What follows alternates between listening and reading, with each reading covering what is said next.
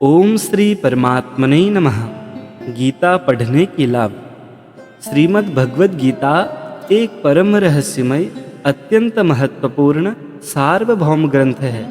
यह साक्षात भगवान की दिव्य वाणी है, उनके हृदय का उद्गार है। इसका महत्व बतलाने की वाणी में शक्ति नहीं है। इसकी महिमा अपरिमित है। यथार्थ में इसका वर्णन कोई नहीं कर सकता।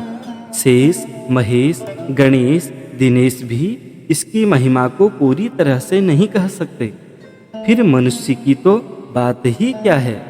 इतिहास, पुराण आदि में जगह जगह इसकी महिमा गाई गई है, किंतु उन सबको एकत्र करने पर भी यह नहीं कहा जा सकता कि इसकी महिमा इतनी ही है, क्योंकि इसकी महिमा का कोई पार नहीं है। गीता आनंद सुधा का सीमा रहित छलकता हुआ समुद्र है।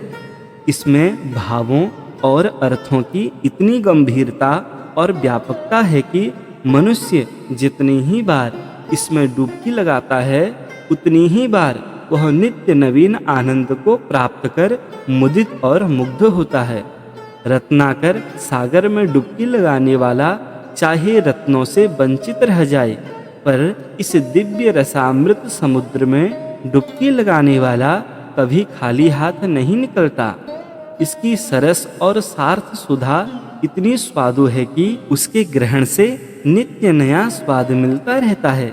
रसिक शेखर श्याम सुंदर की इस रसीली वाणी में इतनी मोहकता और इतना स्वाद भरा है कि जिसको एक बार इस अमृत की बूंद प्राप्त हो गई, उसकी रुचि उत्तरोत्तर बढ़ती ही रहती है।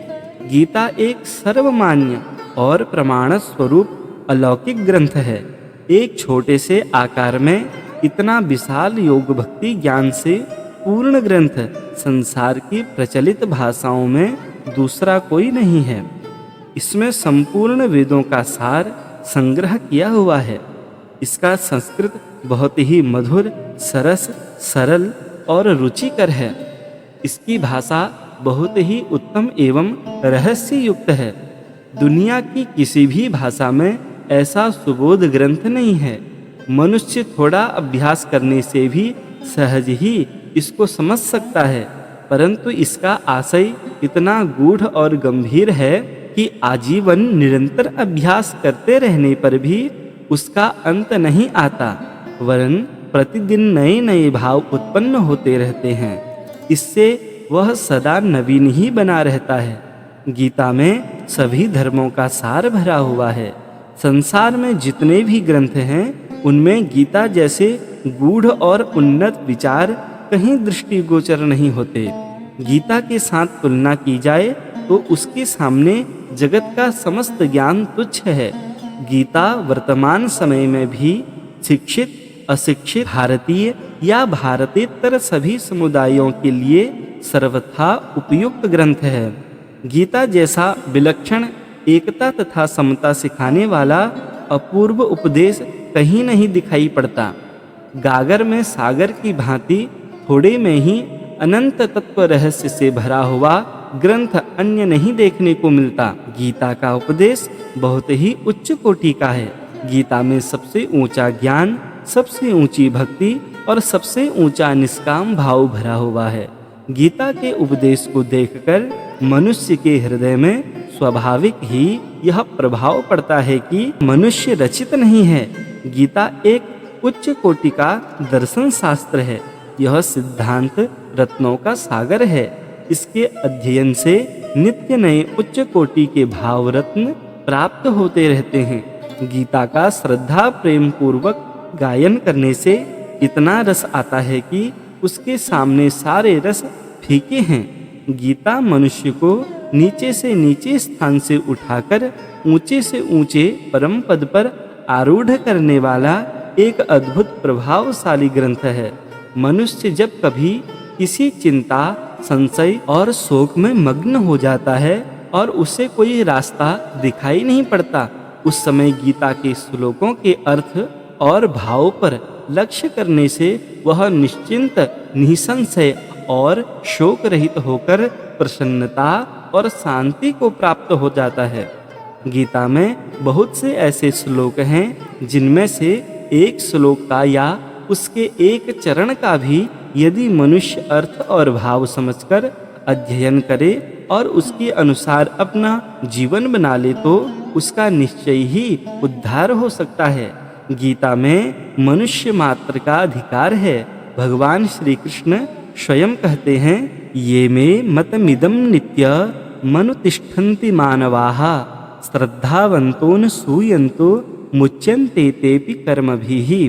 जो कोई मनुष्य दोष दृष्टि से रहित और श्रद्धायुक्त होकर मेरे इस सिद्धांत का सदा अनुसरण करते हैं वे भी संपूर्ण कर्मों से छूट जाते हैं। यहाँ भगवान ने मानवाः कहकर यह स्पष्ट कर दिया है कि यह एक जाति विशेष या व्यक्ति विशेष के लिए नहीं है। इसमें मनुष्य मात्र का अधिकार है। प्रत्येक वर्ण, आश्रम, जाति, धर्म और समाज का मनुष्य इसका अध्ययन करके अपना कल्याण कर सकता है। आध्यात्मिक दृष्टि से सारी मानव जाति पर ही गीता का बहुत प्रभाव पड़ा है। भगवान श्री कृष्ण का हिंदू जाति में अवतार हुआ था, इसलिए लोग गीता को प्रायः हिंदुओं का ही धर्म ग्रंथ समझते हैं, पर वास्तव में यह केवल हिंदुओं के लिए ही नहीं है। ईसाई, मुसलमान आदि सभी धर्मावलंबियों के लिए और धर्म को न मानने वाले के लिए भी समान रूप से कल्याण का मार्ग दिखाने वाला प्रकाशमय सूर्य है। केवल भारतवासियों के लिए ही नहीं, संपूर्ण पृथ्वी पर निवास करने वाले सभी मनुष्यों के लिए भगवान श्री कृष्ण ने इस गीता का उपदेश किया है।